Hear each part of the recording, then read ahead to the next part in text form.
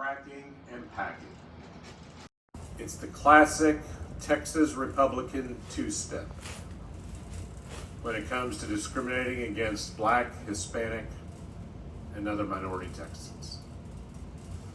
You crack and pack minority neighborhoods to dilute their voices and give outsized influence to Anglo communities.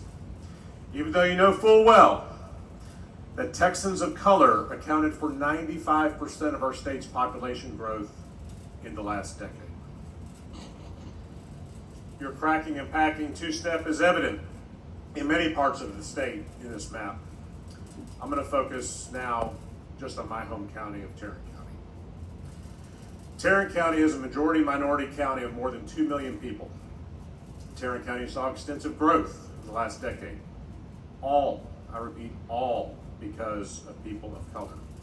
In fact, Tarrant County's white population decreased in the last decade. But you wouldn't know that in looking at this discriminatory map.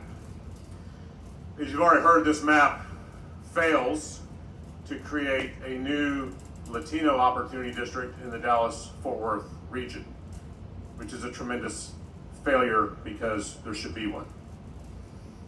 But not only do we have that failure, this map cracks heavily Black and Hispanic neighborhoods in Fort Worth out of Congressional District 33, the district they have been united in since 2012. So let me talk about how you've accomplished the cracking. Some of those neighborhoods are submerged into CD 25, which sprawls out more than 100 miles nearly to Abilene. Rural Anglo voters will now control the outcome of their congressional election, canceling their voices. The rest of those CD 33 precincts are splintered and used for parts in CD 12, once again controlled by Anglo voters in West Fort Worth and Parker counties. By the way, let me remind the House, if you've forgotten, how CD 33 came to be. In 2011, the legislature, in passing its congressional map that year, did the exact same thing that this map does. They took heavily minority neighborhoods in Tarrant County and submerged them into white-controlled districts, suburban and rural districts, until a federal court stepped in and called it what it was: intentional racial discrimination that is against the law. Now, if you've heard this before, and if you're on the House Redistricting Committee like I am, it's because Congressman Vesey explained this to you a couple of weeks ago in our hearing, but you ignored it.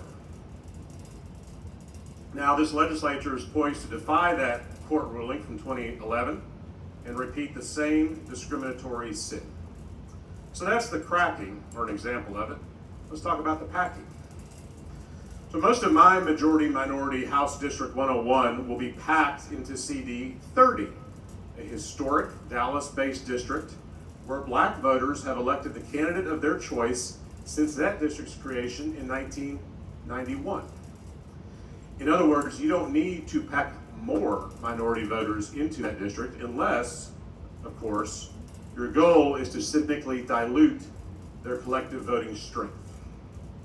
But the intentional discrimination doesn't even stop there.